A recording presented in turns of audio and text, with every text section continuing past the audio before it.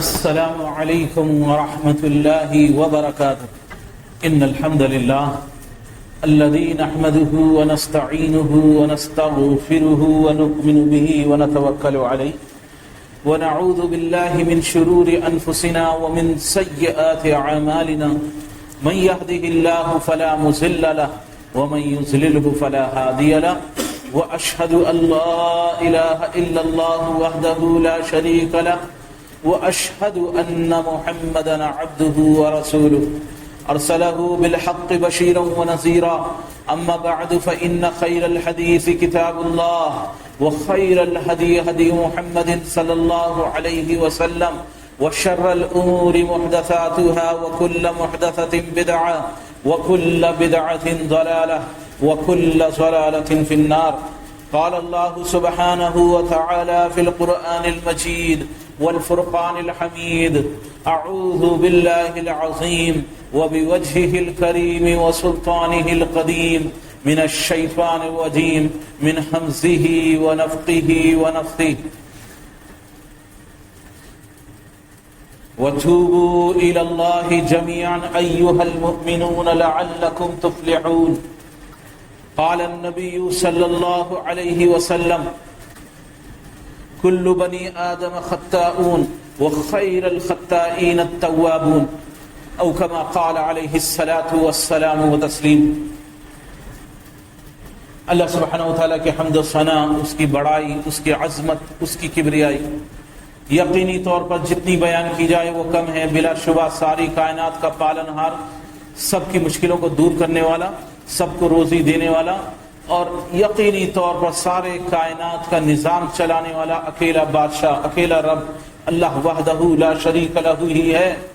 اور بے شمار درود و سلام ہو اللہ کے آخری نبی جناب محمد رسول اللہ صلی اللہ علیہ وسلم پر اور آپ کے آل و اصحاب پر اور آپ کے متبعین پر جو حق کے ساتھ آپ کی پیروی کریں. یقینی طور پر خالص دین کے لیے خالص ہو جانا، اللہ کے دین کے لیے اپنے آپ کو خالص کر لینا، یہ بہت زیادہ اہمیت کا حامل ہے.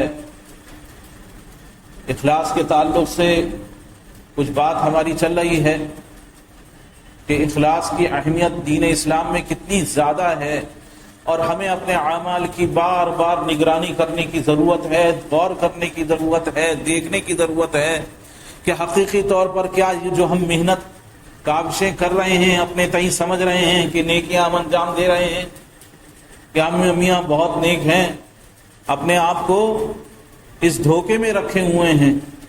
بلکہ سورہ کہف جمعے کے دن پڑھنے کا حکم فرمایا اللہ کے رسول صلی اللہ علیہ وسلم، آپ نے تعلیم فرمائی، آپ کی تعلیم ہے کہ جمعے کے دن سورہ کہف پڑھی جائے. میں فرمایا اللہ سبحانہ وتعالی نے قل هل انبئکم بالاخسرین اعمالا، اے نبی صلی اللہ علیہ وسلم ان لوگوں سے ذرا فرما دیجئے هل انبئکم بالاخسرین اعمالا، کیا میں تمہیں خبر نہ دوں، کیا میں تمہیں نہ بتلاؤں. هل انبئکم علی اخسرین اعمالا، سب سے زیادہ کثرت کے ساتھ سب سے زیادہ لاس میں رہنے والا کون ہے، کس کو سب سے زیادہ گھاٹا اٹھائے گا، کس کو سب سے زیادہ نقصان ہوگا، سب سے زیادہ نقصان کس کا ہونے والا ہے. هل انبئکم بالاخسرین اعمالا الذین ضل سعیهم فی الحیاۃ الدنیا وهم یحسبون انهم یحسنون صنعا. الذین ضل، جو شخص دنیا کے اندر سائے کے اندر رہا، اس نے سایہ حاصل کرا فی الحیات الدنیا، دنیا کی زندگانی میں اچھا بن کے رہا، یہ سمجھتا رہا پوری زندگی کہ میں اعمال کر رہا ہوں. والذین ضل سعیهم فی الحیات الدنیا وهم یحسبون انهم یحسنون صنعا، اور وہ سارا کا سارا اس خیال میں رہا کہ میں تو نیکی انجام دے رہا ہوں، نیکیوں کے کام کر رہا ہوں. ساری زندگی اسی طرح گزر گئی، میں تو میاں نیک ہوں، میں تو بہت اچھا کام کر رہا ہوں، کل آخرت میں مجھے بہت اچھا صلہ ملنے والا ہے. اسی خیال کے اندر پوری زندگی اس نے گزار دی. تو یہ شخص سب سے زیادہ گھاٹا اٹھانے والا ہے۔ ایک وہ شخص ہے جو کچھ سامان بیچ رہا ہے، خرید رہا ہے، یا آخرت کا تجارت، اللہ تعالیٰ نے اسے تجارت کا ہی نام دیا ہے قرآن پاک میں، قُلْ هَلْ تُنْجِيكُمْ مِنْ عَذَابٍ أَلِيمٍ، تمہیں نہیں وہ تجارت بتاؤ جو عذاب علیم، دردناک عذاب سے بچانے والی ہو۔ تو اس کو تجارت ہی کا نام دیا ہے اللہ سبحانہ وتعالیٰ نے، ان اللہ اشترى من المؤمنین انفسهم واموالهم بان لهم الجنہ، کہ یقینی طور پر اللہ سبحانہ وتعالیٰ نے مومن کے مال کو اور اس کی جان کو جنت کے بدلے میں خرید لیا ہے، اس کی تجارت کر لی۔ تو اللہ کے ساتھ یہ سودا طے ہو چکا ہے، بِبَعِيكُمُ الَّذِي، یہ اللہ سبحانہ وتعالیٰ کے ساتھ یہ سودا طے ہو چکا ہے، تمہارا جان تمہارا مال اللہ کا ہے، بدلے میں کیا ہے؟ جنت۔ تو ایک تاجر وہ ہے جو تجارت کر رہا ہے لیکن پتا ہے میاں کتنے کی اس کے اندر مجھے گھاٹا ہو رہا ہے، نقصان ہو رہا ہے، نقصان میں ہوں۔ تو جو شخص اس طرح تجارت کر رہا ہے یہ سمجھ کر کہ مجھے نقصان ہو رہا ہے، تو اس کو اتنا بڑا لاس آخر میں، فائنینشل ایئر کے آخر میں اس کو اتنا بڑا لاس گھاٹا نظر نہیں آئے گا۔ اصل گھاٹا تو اس کا ہوگا جو یہ سمجھ رہا ہے کہ میاں کمائی ہو رہی ہے، کمائی ہو رہی ہے، کمائی ہو رہی ہے۔ اس کو جھٹکا تو اس کو لگنے والا ہے جو یہ سمجھ رہا ہے کہ میاں آ رہا ہے آ رہا ہے آ رہا ہے، اور آخر میں جو گلک کھول کے دیکھی تو کچھ نہیں۔ تو سب سے زیادہ نقصان میں تو وہ شخص ہونے والا ہے۔ اس لیے کہا کہ حاسبو، اپنا حساب کر لو اس سے پہلے کہ وہ دن آ جائے جس دن تمہارا حساب ہو۔ اپنا محاسبہ کرو، اپنے آپ کو چیک کرو، خالصین مخلصین لہ الدین، اپنے دین کے لیے بالکل خالص ہو جاؤ۔ وہ دین کے لیے خالص ہونا کیا ہے کہ انسان بارہا اپنے آپ کا اپنا رخ بار بار چیک کرتا رہے، بار بار کہیں میں ادھر تو نہیں جا رہا، کہیں میں یوں تو نہیں ہو رہا، میرا رخ تو نہیں بدل گیا ہے، کہیں میرا رخ بدل تو نہیں گیا ہے، کہیں میں غلط راستے پر تو نہیں جا رہا ہوں، کہیں مجھ سے غلطیاں سرزد تو نہیں ہو رہی ہیں۔ اس لیے اپنے اعمال کو بار بار چیک کرتے رہنا۔ بخار اتنا بڑھ جائے کہ پھر کنٹرول سے باہر ہو جائے، اس کے لیے طریقہ کیا ہے کہ جب ہلکا بخار ہو تبھی سے انسان جو ہے برابر اس کو تھرمامیٹر لگا کے چیک کرتا رہے کہ ٹھیک ہے دوائی ہو رہی ہے، بخار ہے دوائی ہو رہی ہے، ابھی جو ہے اتنا خدا نخواستہ نہیں بڑھا ہے۔ اللہ یہ کہ آدمی بالکل بے فکر ہو جائے اور بالکل بے خیالی میں، اور پھر وہ جو ہے میاں ڈاکٹر بھی کہتے ہیں میاں اب لے کر آ رہے ہو، جب کنڈیشن اتنی کریٹیکل ہو گئی، جب اتنا کریٹیکل کنڈیشن ہو گئی تب آپ ہمارے پاس آ رہے ہو، آپ کو پہلے آنا چاہیے۔ اب ہم کیا کر سکتے ہیں؟ یقینی طور پر اللہ کی ذات ہے کرنے والی، لیکن یہ مثال اس لیے ہے کہ بات کو سمجھنے کے لیے کہ انسان برابر اپنے اعمال کا حساب کرتا رہے، روزانہ چیک کرتا رہے، اور اس اخلاص کے لیے، اس آدمی کے دل کی درستگی کے لیے ضروری ہے کہ وہ بارگاہ الہی میں بار بار پلٹ کر جاتا رہے۔ اس کا پلٹنا یعنی وہ اس کی سمت کون ہے جو بگاڑ رہا ہے؟ شیطان مردود، جس نے وعدہ کرا ہے کہ میں انہیں گمراہ کروں گا اپنے رب سے، وہ وعدہ کر کے آیا ہے کہ میں نے انہیں گمراہ کرنا ہے، اور اس کا نفس جو اس کے ساتھ لگا ہوا ہے، اس کا ماحول جو چاروں طرف، ضروری نہیں ہے کہ وہ دینداری کا ماحول ہو، حق کا ماحول ہو، اور وہ عادتیں جو برائیوں پر چلتے چلتے پڑ چکی ہیں وہ برابر اس کا رخ پلٹتی رہتی ہیں۔ تو اس لیے بار بار جب دائیں بائیں ہونا شروع ہوا، جہاں ذرا سا انسان کو محسوس ہوا کہ یہ کیا ہو رہا ہے، یہ کیا ہو رہا ہے، میں کہاں جا رہا ہوں، تو واپس پلٹ کے فوراً آؤ۔ تو یہ پلٹ کے آنا، اس کو عربک میں اس کے لیے ایک ورڈ یوز ہوتا ہے، توب، توبہ۔ توبہ کہتے ہیں پلٹ کر آنے کو، انسان بار بار پلٹ کر آ جائے، اس کا پلٹنا، اپنے رخ کو صحیح کر لینا، یہی توبہ ہے۔ اور اللہ تعالیٰ فرما رہا ہے وَتُوبُوا إِلَى اللَّهِ جَمِيعًا، تم سب کے سب، اے ایمان والوں جتنے بھی تم لوگ ہو، اے انسانوں جتنے بھی تم سب کے سب ہو، انہیں فرمایا کہ میاں جو گناہگار ہیں صرف وہ جو ہیں توبہ کریں. توبہ کون کرے گا؟ جو گناہگار ہے وہ توبہ کرے گا یا نیک توبہ کرے گا؟ یہی وہ چیز ہے جو غور کرنے کی ہے کہ اللہ نے یہ نہیں فرمایا کہ گناہگاروں توبہ کر لو. وہ ایک دوسرے مقام پر بہت محبت سے ان سے بات کی ہے، الگ انداز سے بات کی ہے، ان سے شفقت سے ان کو اپنے بندے اپنے خصوصی رحمت کے قریب کر کے ان کو بات کی ہے کہ میرے پیارے بندوں قل یا عبادی الذین اسرفوا علی انفسہم، اے وہ لوگوں، نبی صلی اللہ علیہ وسلم نے فرمایا کہ آپ فرما دیجئے قل یا عبادی الذین اسرفوا علی انفسہم، میرے ان پیارے بندوں سے فرما دیجئے الذین اسرفوا علی انفسہم، جنہوں نے اپنی جانوں پر ظلم کیا ہے، لا تقنطوا من رحمت اللہ، اللہ کی رحمت سے ہرگز مایوس نہ ہو، اللہ سے، اللہ کی رحم سے، اس کی رحمت سے ہرگز مایوس نہ ہو.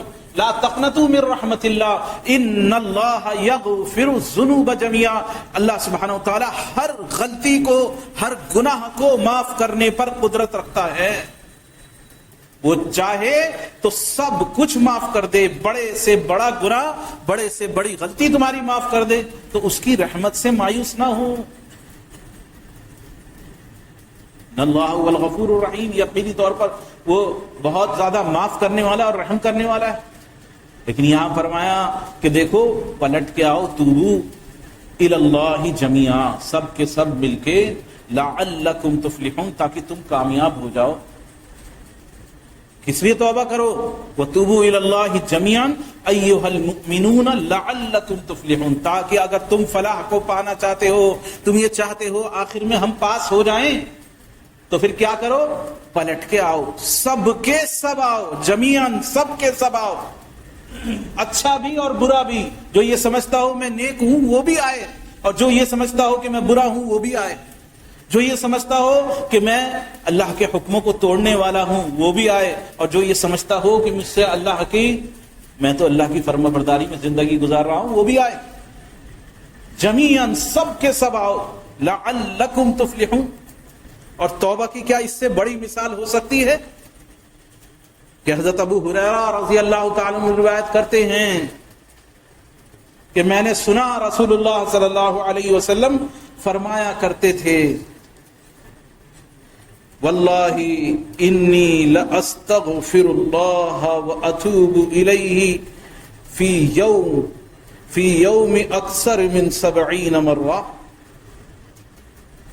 اللہ کی قسم، آپ نے قسم کھا کے بیان فرمایا، میں دن میں 70 مرتبہ سے زیادہ اللہ سے اپنے گناہوں کی بخشش مانگتا ہوں اور اس کی بارگاہ میں توبہ کرتا ہوں، اس کی بارگاہ کی طرف رجوع کرتا ہوں، پلٹ کے آتا ہوں.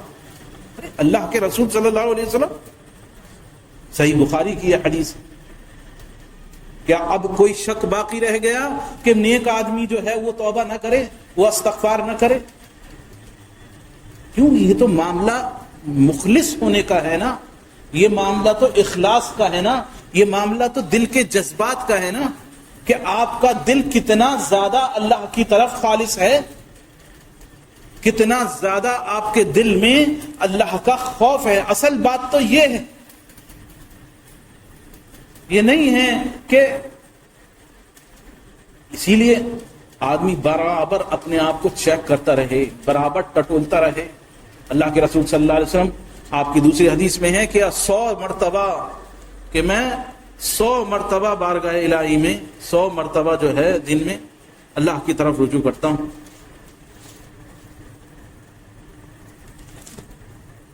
غیر بن عصار مزنی رضی اللہ تعالیٰ عنہ وہ روایت کرتے ہیں، صحیح مسلم کی روایت ہے، بخاری کی روایت ہے، صحیح مسلم کی روایت ہے. وہ کہتے ہیں کہ رسول اللہ صلی اللہ علیہ وسلم نے فرمایا، اے لوگوں، یا ایھا الناس توبوا الی اللہ، اے لوگوں اللہ کی بارگاہ میں توبہ کرو، رجوع ہو جاؤ، اس کی طرف پلٹ کے جاؤ. یا ایھا الناس توبوا الی اللہ واستغفروہ، اور اس سے مغفرت طلب کرو، اپنے گناہوں کی معافی مانگو. فإنی اتوب فی یوم من 100 مرہ، میں دن میں 100 مرتبہ بارگاہ الہی میں توبہ کرتا ہوں. میرا معاملہ یہ ہے کہ میں 100 مرتبہ بارگاہ الہی میں توبہ کرتا ہوں. یعنی توبہ وہ کیا ہے؟ جو اپنے اعمال کا محاسبہ کرنا، اپنے آپ کو چیک کرنا، اپنے آپ کو پلٹ پلٹ کے اللہ کی طرف لانا. توبہ کی شرائط واضح ہیں، بالکل کلیئر ہیں کہ انسان استغفار کرے، توبہ اگر پلٹ کے آ رہا ہے تو اللہ سے معافی مانگے. تو اس انداز سے کہ استغفر اللہ استغفر اللہ، چہرے پر کلے پہ 2 لات ہاتھ مارے اور اللہ توبہ اللہ توبہ اللہ توبہ، یہ توبہ نہیں ہوتی ہے. اسے توبہ نہیں کہتے، یہ توبہ نہیں ہے. توبہ کیا ہے؟ توبہ یہ ہے کہ بارگاہ الہی میں انسان سچے دل سے اللہ کی طرف رجوع ہو جائے اور جو غلطی، جو کوتاہی جس کا احساس اسے ہے، اس گناہ سے اور تمام گناہوں سے اللہ سے معافی مانگے، ان پر نادم ہو، اس پر افسوس ہو، انسان کو اس پر شرم آئے، محسوس ہو کہ میں نے یہ کچھ غلط کر دیا. انسان کو ندامت ہونی چاہیے. دوسری، انسان کو صرف یہ کہ ندامت نہیں بلکہ اس کے ساتھ ساتھ آئندہ نہ کرنے کا عزم کہ اب دوبارہ نہیں کروں گا. یہ نہیں کہ توبہ بھی کر رہے ہیں اور پھر دوبارہ کبھی پروگرام ہے، کل کب کریں گے یا شام کو کب کریں گے، دماغ میں چل رہا ہے کہ دوبارہ کب کرنا ہے. یہ توبہ صحیح نہیں ہے. یہ تو رجوع ہونا، پلٹنا، یہ وہیں جا کے آپ واپس پلٹ کے آ گئے. یہ مخلصوں کا معاملہ نہیں ہے. یہ خالص ہونا اللہ کے ساتھ نہیں ہے. یہ تو نفاق ہوا، یہ تو اندر نفاق ہوا معاملہ کہ میاں زبان سے کہہ رہے ہیں توبہ اور پھر دوبارہ دماغ میں بھی چل رہا ہے کہ ہاں دوبارہ نہیں. اس کو چھوڑنے کا دل میں عزم ہو، سچے دل سے انسان پلٹ کر آئے اور دوبارہ نہ کرنے کا انسان کے اندر عزم ہو کہ میں دوبارہ نہیں کروں گا. یہ چیز انسان کے اندر ہونی بہت زیادہ ضروری ہے. پختہ ارادہ کہ آئندہ نہیں کرے گا. اور یہ کہ حقوق العباد کے اگر تعلق سے ہے تو جس کا جو حق ہے وہ بھی ادا کیا جائے، یہ بھی شرط ہے. یہ نہیں کہ دوسرے کا مار کے بیٹھے رہو اور توبہ کر لو. جس کا جو دینا ہے وہ بھی ادا کرنا. توبہ ضروری ہے اور اس کے لیے تینوں شرطیں کہ انسان اس کو ترک کرے، اس پٹری سے اترے، اس کو چھوڑ دے، دل میں اس پر افسوس ہو، آئندہ نہ کرنے کا عزم ہو. ان تینوں شرطوں کے ساتھ ساتھ اگر وہ حقوق العباد کا معاملہ ہے، کسی کا حق مارا ہے، کسی کے ساتھ برائی کی ہے تو اس کا حق ادا کرے. یہ نہیں ہے کہ دوسرے کا دبا کے بھی بیٹھے ہوئے ہیں اور ہم توبہ بھی کر رہے ہیں. یہ پلٹ کے آنا نہیں ہوا. تو بارگاہ الہی میں ایک مخلص بندے کے لیے، ایک جو خالص ہے اللہ کی طرف، اس کے لیے ضروری ہے کہ وہ اپنے آپ کو خالص کر کے اللہ کی طرف رجوع ہو جائے. اور یہ رجوع ہونا ایسا نہیں ہے، وہ تو رحیم ودود ہے، بہت زیادہ رحم کرنے والا اور بہت زیادہ محبت کرنے والا ہے. وہ در پہ نہیں بیٹھا ہوا کہ مجھے سزا دینی ہے بندوں کو. وہ تیار نہیں بیٹھا ہوا کہ نہیں تو غلطی کر اور ادھر میں نے پکڑ، تو نے ادھر ذرا سا دائیں بائیں ہوا اور ادھر میری پکڑ تجھ پر آ گئی. ایسا معاملہ اللہ کے یہاں نہیں ہے. وہ چاہتا ہے بہانے سے بخش دے، بہانے سے معاف کر دے. اور اس کی معافی، وہ اتنا زیادہ خوش ہوتا ہے معافی پر، اتنا زیادہ خوش ہوتا ہے کہ رسول اللہ صلی اللہ علیہ وسلم نے وہ مشہور حدیث بارہا میں نے آپ کے سامنے ذکر کی ہے کہ اللہ سبحانہ وتعالیٰ کے خوش ہونے کی صحیح بخاری اور صحیح مسلم میں وہ روایت ہے. انس بن مالک رضی اللہ تعالیٰ آپ روایت کرتے ہیں کہ فرمایا رسول اللہ صلی اللہ علیہ وسلم کے اس خادم نے کہ رسول اللہ صلی اللہ علیہ وسلم نے فرمایا اللہ تعالیٰ اپنے بندے کی توبہ سے اس شخص سے کہیں زیادہ خوش ہوتا ہے جو کسی جنگل بیابان میں جس کا اونٹ گم ہو جائے اور اس کی سواری پر اس کی ساری زاد راہ ہو، سب کچھ اس کا اس پر لدا ہوا ہو۔ ایک مسافر جس کی سارا کھانا پینا مال سب کچھ A to Z اس کی سواری پر لدا ہوا تھا، بالکل وہ خالی تھا، اور اس کا وہ اونٹ اس سے جدا ہو گیا، کھو گیا کسی صحرا کے اندر یا کسی جنگل کے اندر، اور وہ اسے نہیں ملتا۔ اس نے تلاش کیا سارے جنگل بیابان میں، سب جگہ ڈھونڈا ڈھانڈا سب کچھ، اور تھک ہار کے وہ ایک درخت کے نیچے لیٹ گیا۔ اب اونٹ تو ملتا نہیں ہے، اب کیا ہوگا؟ سوائے موت کے سوا کوئی راستہ نہیں بچا، نہ میرے پاس پانی ہے نہ میرے پاس کھانا ہے، کچھ مال وال جو تھا وہ بھی گیا، سب کچھ بالکل سرے سے خالی ہو گیا۔ جنگل سے باہر نکلنے کا راستہ وہ بھی ممکن نہیں ہے، اس سواری کے بنا اس جنگل بیابان سے بھی باہر نہیں نکل سکتا میں۔ تو بالکل مایوس ہو کر، بالکل ساری ہمت ہار کر وہ شخص اس درخت کے نیچے لیٹ گیا، اس خیال سے کہ بس اب موت ہے اور میں ہوں، اب تو موت ہی آن کے مجھے اپنے آغوش ملے گی۔ حتیٰ کہ یہ اس کو نیند آ گئی، اور جب یہ واپس بیدار ہوا، جب اس کو واپس ہوش آیا تو اس نے دیکھا کہ نہیں، موت تو نہیں آئی، زندہ ہوں میں۔ تبھی وہ دیکھتا ہے کہ برابر میں اس کا وہ اونٹ جو کھو گیا تھا، جس پر اس کا سواری، کھانا پینا سب کچھ موجود ہے، کوئی چیز بھی اس کی باقی نہیں ہے۔ تو کیا کہتا ہے؟ اللہم انت عبدی وانا ربک۔ یہ شخص کیا کہہ رہا ہے؟ اس اونٹ کو دیکھ کر جب بالکل مایوسی چھا گئی تھی، موت کے سوا کوئی چیز سمجھ میں نہیں آ رہی تھی، اور پھر وہ آنکھ کھلتی ہے تو واپس اونٹ اسے مل جاتا ہے، تو اس کی زبان سے فوراً خوشی کے مارے اس کے زبان سے الفاظ نکلتے ہیں، اللہم انت ربی۔ نہیں، بلکہ یہ نہیں نکلتا، بلکہ کہتا ہے اللہم انت عبدی وانا ربک، اے اللہ تو میرا بندہ ہے، میں تیرا رب ہوں۔ کیا کہنا چاہیے اس کو؟ اللہم انت ربی، اے اللہ تو میرا رب ہے، لیکن یہ کیا کہہ رہا ہے؟ اللہم انت عبدی، اے اللہ تو میرا بندہ ہے، میں تیرا رب ہوں۔ کیوں؟ خوشی کے مارے اس کو سمجھ میں نہیں آ رہا کہ میں کیا بول رہا ہوں۔ اس کی خوشی کی کیفیت اتنی زیادہ ہے، اس پر غلبہ خوشی کا اتنا زیادہ ہے زور، کہ اس کو سمجھ ہی نہیں آ رہا کہ میں بول کیا رہا ہوں۔ تو اس کے یہ الٹے الفاظ منہ سے نکل رہے ہیں، اس کی خوشی کی کیفیت کا اندازہ لگائیے۔ تو اللہ کے رسول صلی اللہ علیہ وسلم آپ فرما رہے ہیں کہ یہ مثال ہے اللہ سبحانہ وتعالیٰ کی، جب اس کا بندہ توبہ علیہ، اللہ کی طرف پلٹ کر آتا ہے۔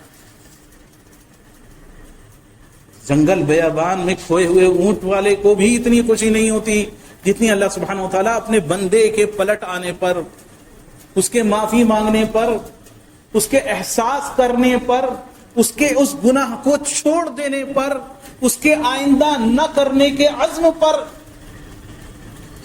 اور جس کا مارا ہے اس کا حقوق ادا کرنے پر اللہ سبحانہ وتعالیٰ کس درجے خوش ہوتا ہے، اس کا اندازہ آپ نہیں لگا سکتے، الا یہ کہ یہ مثال اللہ کے رسول صلی اللہ علیہ وسلم نے دی ہے۔ تو اس سے کچھ بات سمجھ میں آئے؟ عبداللہ بن قیس، ابو موسیٰ عبداللہ بن قیس اشعری رضی اللہ تعالیٰ،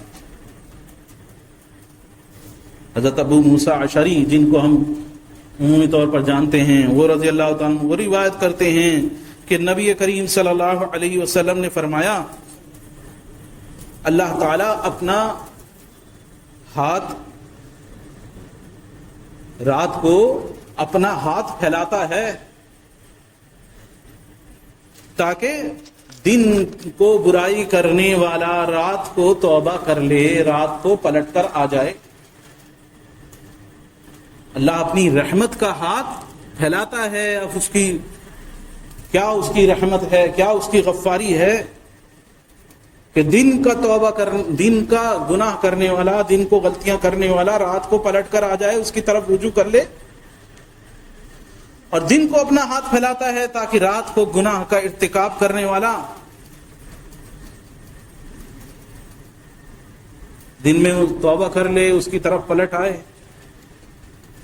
اور یہ سلسلہ، یہ توبہ کا سلسلہ، یہ گنجائش ایک وقت مقررہ تک ہے، ایک ٹائم تک ہے۔ یہ تمہارا اللہ کی طرف رجوع ہونا، بار بار اپنے آپ کو چیک کر کے واپس پلٹ کے اللہ کی طرف آنا، یہ ڈھیل دے رکھی ہے اللہ کی طرف سے، اس کی رحمت کی طرف سے، لیکن ایک وقت مقرر تک، ایک مقرر وقت ہے، بس اس کے بعد یہ توبہ اب گنجائش نہیں ہے، اب تمہارا پلٹ کے آنا پاسبل نہیں ہے۔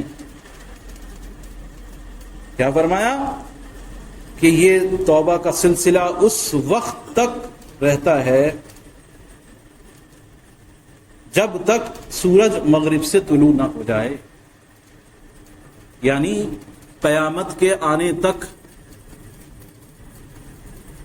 قیامت کی ایک بڑی نشانی ہے، قیامت سورج کے طلوع ہونے سے، سورج کے مغرب سے طلوع ہونے سے، ایسٹ سے سورج نکلتا ہے، ویسٹ سے سورج، ویسٹ میں سورج ڈوبتا ہے، تو ویسٹ سے سورج جس دن نکلے گا اس دن قیامت نہیں آئے گی۔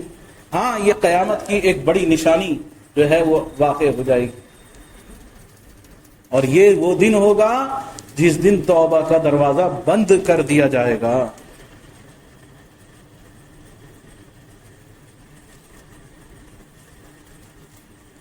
بلکہ روایتوں میں آتا ہے کہ مصر کی جانب، شام، ملک شام کی جانب یہ دروازہ ہے۔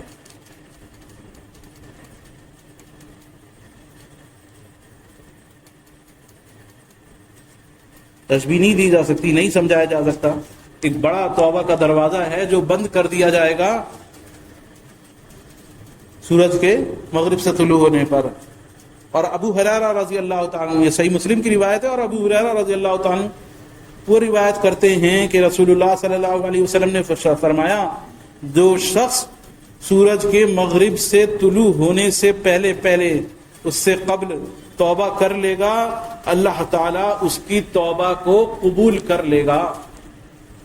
اعلان کر دیا ہے، گناہ کو چھوڑ دو، برائی کو چھوڑ دو، اپنے آپ کو پاک کر لو، اللہ کی طرف پلٹ کے آ جاؤ، آئندہ نہ کرنے کا عزم کر لو۔ یہ کب تک؟ یہ تب تک کر سکتے ہو، اور اگر اس سے پہلے آپ نے کر لیا، اللہ کی طرف آپ پلٹ کر آ گئے، تو یہ اللہ سبحانہ وتعالیٰ اس کو بیکار نہیں کرے گا۔ اس کے ساتھ توبہ کی قبولیت کا وعدہ بھی ہے کہ توبہ قبول کر لی جائے گی، اگر اس میں واقعی میں یہ شرطیں ہیں کہ تم نے اس برائی سے ہٹ گئے، اس برائی کو چھوڑ دیا، آئندہ نہ کرنے کا عزم کیا، اور اس پر ندامت، تمہیں افسوس ہوا، جس کا حق ہے اس کا حق ادا کر دیا، تو یہ توبہ یقینی طور پر قبول ہو۔ سے توبہ نصوح کہا ہے اللہ سبحانہ وتعالیٰ نے، توبہ نصوح کہا ہے، یا ایھا الذین آمنوا توبوا الی اللہ توبۃ نصوحا، اے وہ لوگوں جو ایمان لائے ہو، توبوا الی اللہ، اللہ کی بارگاہ میں رجوع ہو جاؤ، اللہ کی طرف پلٹ کر آ جاؤ، توبۃ نصوحا، پکی سچی توبہ، جو حقیقی معنی میں توبہ ہے، اس کی شرطوں کے ساتھ وہ توبہ کر گزرو، توبۃ نصوحا، اس کا حکم فرمایا۔ اور انسان کے لیے تو سورج کے مغرب سے طلوع ہونے کے، بلکہ اس کی موت جب اس پر واقع ہو جائے گی تو تبھی توبہ کا اس کا دروازہ بند ہو جائے گا، اس کے لیے تو بس تبھی تک گنجائش ہے۔ عبداللہ بن عمر رضی اللہ تعالیٰ عنہ، عبد الرحمن کے نام سے، ابو عبد الرحمن کے نام سے ان کا لقب، عبداللہ عمر بن خطاب رضی اللہ تعالیٰ عنہ کے بیٹے، وہ فرماتے ہیں، وہ روایت کرتے ہیں کہ نبی کریم صلی اللہ علیہ وسلم نے فرمایا بے شک اللہ تعالیٰ اپنے بندے کی توبہ اس وقت تک قبول فرماتا ہے جب تک اسے غرغرہ شروع نہ ہو،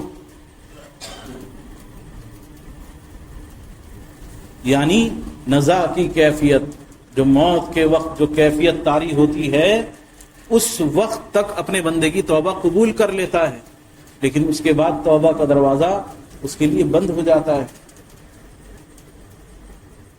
تو یہ توبہ ایسی چیز نہیں ہے کہ جس پر انسان جو ہے بے توجہی کے ساتھ معاملہ کر لے، یہ معاملہ کر لے، یہ خیال کر لے کہ بھائی ٹھیک ہے میاں کر لیں گے۔ گناہوں میں انسان، برائیوں میں انسان لگا ہوا ہے دن رات۔ اور میں شروع میں عرض کیا بات کہ میں نے کہی کہ یہ ایک مخلص بندے کی، جو حقیقی طور پر اللہ کی طرف رجوع کرنے والا ہے، جو خالص ہے، یہ اس بندے کی علامت ہے۔ اور گناہگار توبہ نہ کرے بلکہ نیکوکار بھی اس کے ساتھ شامل ہے، سب کے سب کو ایک جگہ جمع فرما دیا۔ وَتُوبُوا إِلَى اللَّهِ جَمِيعًا، تم سب کے سب بارگاہ الہی میں توبہ کر لو، کیونکہ کہیں ایسا نہ ہو معاملہ انسان اپنے آپ کو خیال کرتا رہے کہ میں نیک ہوں۔ یہ دل میں خیال آنا کہ میرے ایمان میں ضعف ہے، میرے ایمان میں کمی ہے، یہی وہ چیز ہے جو انسان اپنے سارے معاملات کو درست کر سکتا ہے۔ چیک کرے، برابر بارہا چیک کرتا رہے۔ میں نے کہا اخلاص کے تعلق سے کہ اعمال کو برابر چیک کرو، اعمال کو کرنے سے پہلے چیک کرو کس کی خاطر کر رہا ہوں، اللہ کی خاطر۔ کرتے ہوئے اپنے آپ کو پھر چیک کرو، اپنے آپ کو پھر کہو کس کی خاطر کر رہا ہوں، اللہ کی خاطر۔ کرنے کے بعد پھر چیک کرو کس کی خاطر کر رہا ہوں، اللہ کی خاطر۔ یہ نیکیوں کے تعلق سے۔ جب برائی ہو تو انسان برائی میں بھی برابر اللہ کو یاد رکھے، برائی کو برائی جب تک تسلیم نہیں کرتا۔ آج کیا امت کا حال ہے؟ آج امت کا حال یہ ہے کہ ہم برائیوں کو برائی تسلیم کرنے کو تیار نہیں ہیں۔ توبہ تو دور کی بات ہے، توبہ تو تب کریں گے جب اس کو مان لیں کہ یہ گناہ ہے۔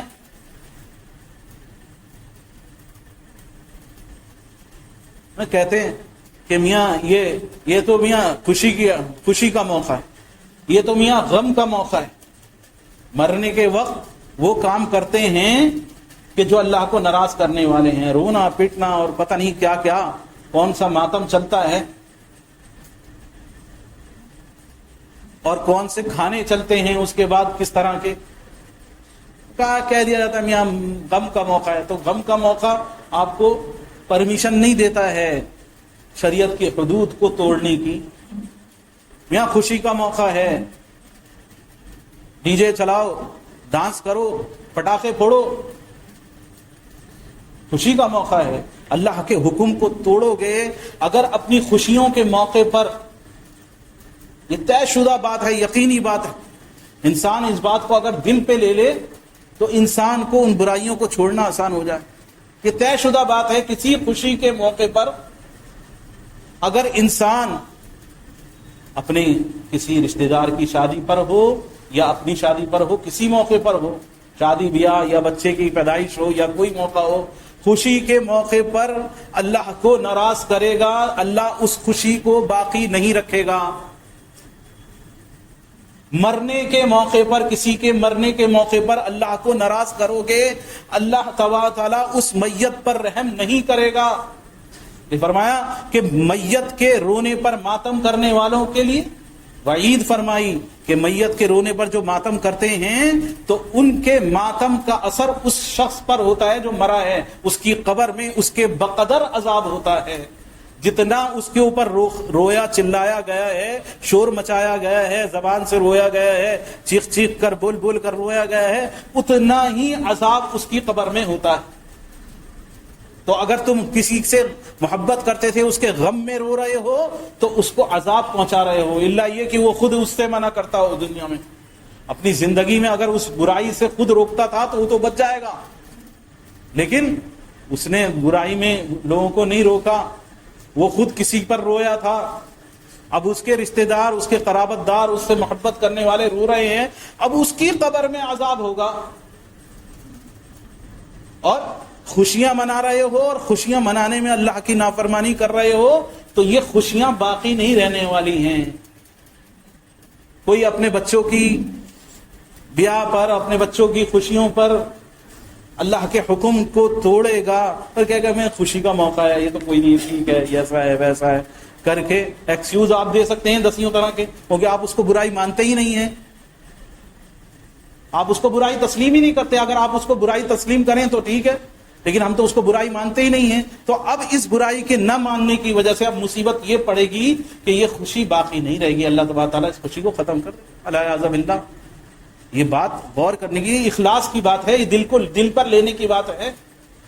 صحابہ اکرام اپنے اعمال کو برابر چیک کرتے رہتے تھے، برابر اپنے آپ کو چیک کرتے رہتے تھے. کہیں ایسا تو نہیں ہے ہم ذرا سا کہیں کسی نفس کی وجہ سے، اپنے نفس کی وجہ سے، شیطان مردود کی وجہ سے، ماحول کی وجہ سے، چاروں طرف سب یہی ماحول چل رہا ہے، سب کر رہے ہیں، ماحول کی وجہ سے، عادت کی وجہ سے، برائیوں پر چلنے کی عادت کی وجہ سے کہ ہم کہیں دائیں بائیں ہو گئے ہیں، کہیں ہم سے کوئی خطا ہو گئی ہے، برابر چیک کرتے رہتے تھے.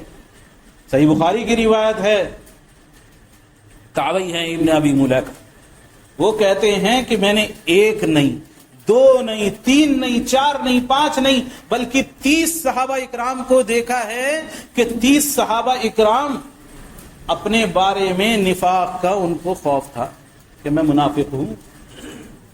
کون؟ صحابہ جن کے ایمان ہائی لیول کا، جن کا ایمان، جن کی مثال دی گئی ہے، ان کا حال یہ تھا، وہ اپنے آپ کو منافق خیال کرتے تھے کہ کہیں میرا ایمان جو ہے وہ صحیح نہیں. کیوں؟ یہ کس وجہ سے تھا؟ یہ ایمان کی فکر کی وجہ سے تھا، یہ ایمان کے چیک کرنے کی وجہ سے تھا، یہ اس بات کا احساس ہونے کی وجہ سے تھا کہ کہیں ایسا تو نہیں ہے کہ میں سمجھ رہا ہوں کہ میں نیک ہوں اور کہیں معاملہ دوسرا چل رہا ہے. کہیں دنیا میں تو سب خوش ہیں، چاروں طرف تو لوگ کہہ رہے ہیں میں یہ نیک ہے، لیکن اللہ کا معاملہ دوسرا ہے، کہیں ایسا تو نہیں ہے.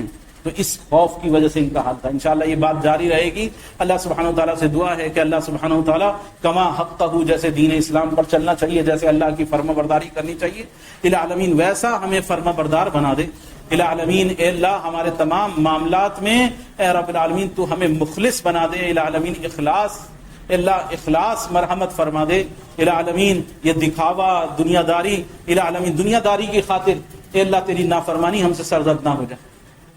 دنیا میں لوگوں کو خوش کرنے کی خاطر یہ جمعے کا خطبہ یہ اسی لیے ہے. رسول اللہ صلی اللہ علیہ وسلم کے زمانے میں آپ کے بعد حنفی علماء کا خود امام ابو حنیفہ کا قول ہے کہ اگر یہ عربی کی جگہ اردو میں دیا جائے تو کوئی مذائقہ نہیں ہے. عربی کی جگہ فارسی میں دیا جائے، فارسی ٹھیک، اردو تو نہیں زبان کہ اگر فارسی میں دیا جائے تو کوئی مذائقہ نہیں ہے. وہ اس لیے کہ لوگوں کو کم سے کم واپس پلٹنے کا احساس تو ہو کہ ہم جا کدھر رہے ہیں، جا کیا رہے ہیں، اس چیز کا احساس تو ہو. اس لیے اتنے سخت رولز اس جمعے کے خطبے کے اذان کے بعد، چاہے وہ اردو میں ہو رہا ہو یا عربی میں ہو رہا ہو، اس کے بعد اتنے سخت قوانین بنائے گئے ہیں کہ جمعے کے خطبے کے دوران اذان ہونے کے بعد آپ سنتیں نہیں پڑھ سکتے ہیں. آپ کو صرف 2 رکعت نماز تحیت المسجد پڑھنے کی اجازت ہے. مختصراً 2 رکعت نماز پڑھ کے آپ بیٹھ جائیں گے. آپ تحیت المسجد نہیں پڑھ سکتے. آپ کے بہت دنوں بعد کسی سے ملاقات ہو رہی ہے، میں السلام علیکم، بہت زیادہ قرابت دارا محبت والا مل گیا، السلام علیکم، نہیں، کوئی سلام نہیں، کوئی سلام نہیں، کوئی کلام نہیں. کعب بن مالک ان کی روایت ہے کہ آن کے دوسرا خالی قرآن کے بارے میں پوچھ رہا ہے، کچھ نہیں بول رہا ہے، ناراض ہو رہے ہیں. کہا کہ جس نے اتنا کہا کہ اب بھائی چپ ہو جا، چپ ہو جا، جمعے کا خطبہ چل رہا ہے، چپ ہو جا، صرف اتنا کہا، اس کا جمعہ جو اگلے 10 دنوں کے لیے 10 دن کے لیے گناہوں کا کفارہ ہے، وہ جمعہ اس کا ظہر بن جائے گا. اس کا وہ جمعہ ظہر بن جائے گا، جمعے کا سارا ثواب ہٹ جائے گا صرف اتنا کہنے پر. چپ ہو جا. کہاں ہم موبائل لے کے بیٹھ جائیں اور واٹس ایپ، چلو میاں چل لیا بیان، کوئی بات نہیں، اتنے جو ہے موبائل میں ہم چیک کر لیں، واٹس ایپ چیک کر لیں کس کا میسج آیا ہے کس کا نہیں آیا ہے، یا دعا سلام کر لیں، کوئی نہیں جاننے والا ہے اشاروں میں ہی کر لیں. دوسری طرف متوجہ ہونے کی گنجائش ہی نہیں ہے. جمعے کی اذان سے پہلے مسجد میں آنے کی ترغیب ہے. اتنی اہمیت ہے. 2 رکعتیں فرضوں کی کم کر دی گئی ہیں، صرف کس وجہ سے؟ جمعے کے خطبے کی وجہ سے. اللہ کرے بات سمجھ میں آ جائے تبھی ہم جو ہے اللہ کی طرف حقیقی معنی پر، ورنہ ساری زندگی چلتا رہے گا ایسے ہی سب چل رہا ہے اور اسی طرح موت آ جائے گی اور ہم اللہ کی طرف پلٹ کے آ ہی نہیں سکیں گے. دل میں کبھی خیال جذبات پیدا ہی نہیں ہوں گے، گناہ کا احساس ہی پیدا نہیں ہوگا اگر اسی طرح غفلتوں کے ساتھ زندگی گزرتی رہی. اللہ سبحانہ و تعالیٰ سے دعا ہے کہ اللہ سبحانہ و تعالیٰ ہمیں اپنے مخلص بندوں میں العالمین تو شمار فرما لے. العالمین جو پریشان حال ہیں اللہ ان کی سب کی پریشانیوں کو العالمین تو ہدایت کے ساتھ اللہ دور فرما دے. العالمین جو بیمار ہیں اللہ ان کو شفاء عاجلہ کاملہ دائمہ عطا فرما. اللہ تو تمام خیر و بھلائی کے فیصلے ہمارے حق میں فرما، تمام شرور سے ہماری حفاظت فرما. اللہ تو ہمارے تمام گناہوں کو العالمین تو معاف فرما دے. آمین یا رب العالمین.